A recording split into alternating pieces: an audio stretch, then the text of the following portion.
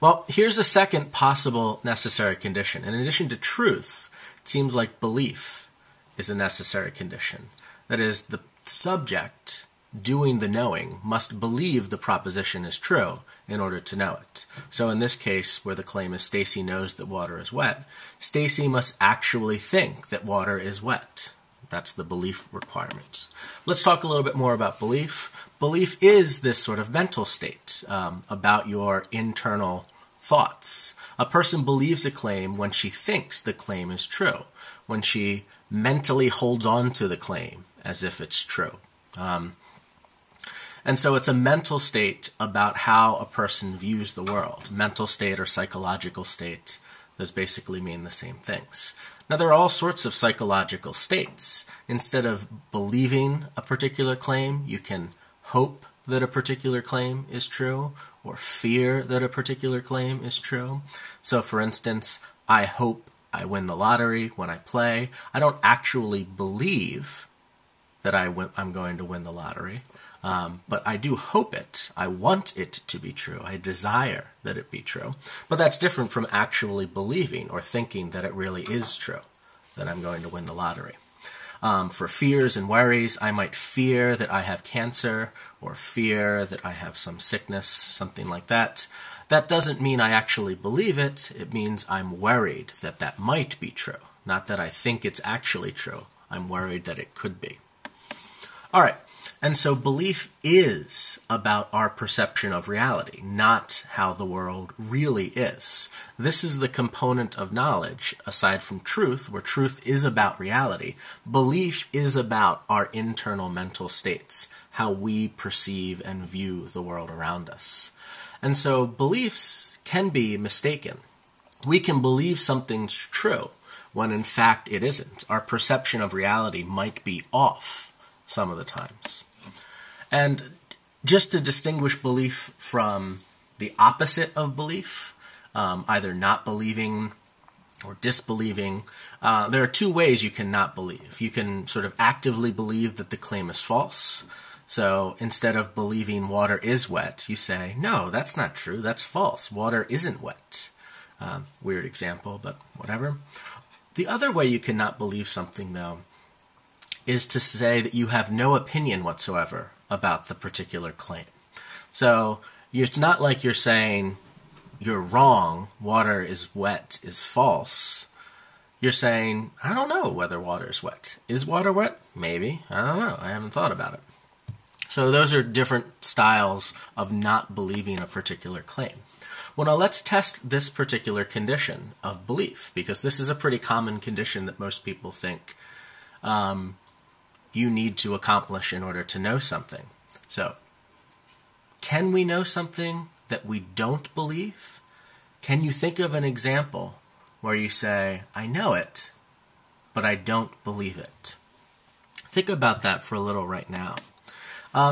Let me try to clarify a little bit, because I think there are lots of times where we say this kind of claim, I know it, but I don't believe it, where we mean something a little bit different from what that statement literally says. So sometimes when we say, I know it, but don't believe it, we're saying something like, that's amazing, or that's incredible.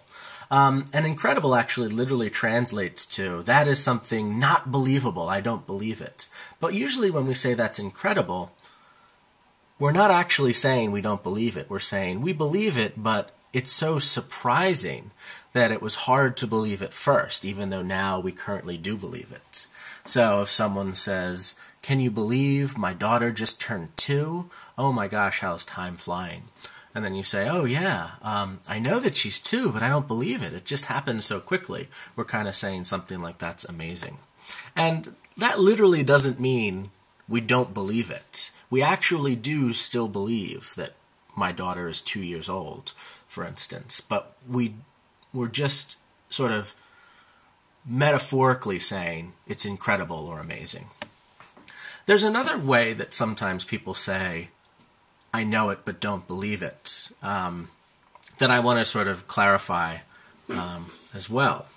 Sometimes when I say, I know it but don't believe it, I mean, deep down I recognize that it's true, but there's a part of me that just doesn't want to face up to that truth. So for instance, if I find out that my sister is a murderer, for instance, there might be part of me that says, I know it, but I just can't believe it, or I just don't believe it.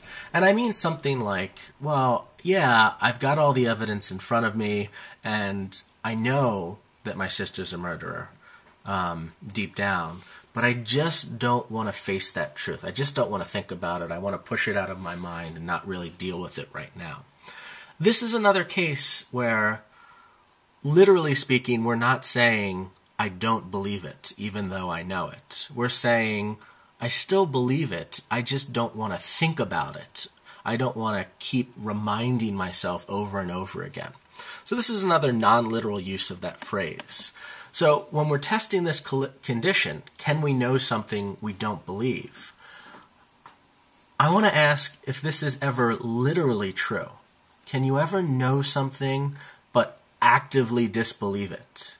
Can you ever know something that you have absolutely no opinion on whatsoever? You haven't made up your mind on it at all. And that's a little bit tricky of a question, and this is another time where I might ask you to pause and think about this for yourself, just as you paused and asked if truth is a necessary condition, something that's required in order to know something. Ask yourself now, is belief required? Do you have to believe something in order to know it? Or is it possible to know without belief? All right, so it seems like we've got these two pretty common conditions. Lots and lots of philosophers out there think that these are two necessary conditions for knowledge. You have to know it, and you have to, to know something, it has to be true, and you have to believe it. Usually people just sort of quickly describe this as true belief. And notice, as I point out here, that truth is about corresponding to reality, and belief is about our psychological state. So you can think of the truth condition, it's kind of like the outward condition about the world around us, and the belief condition is about the inward, reflecting inward on ourselves. If I have a good, proper inward relationship with that statement, then that means I believe it. If the statement is true, then that statement has a good relationship with the world outside. All right, important question to think about right now. Is there any more to knowledge? Is knowledge nothing more than true belief, or do you need some other condition or other set of conditions in order to know something? And that's what I want to think about now. Does knowledge equal true belief? And this is where I recommend you pull out your Plato reading, because Plato answers no. While you do need both truth and belief in order to know something, something more is required in order to know it. That's not the whole story. Truth and belief are both necessary. They're both requirements. But there's something else you need as well.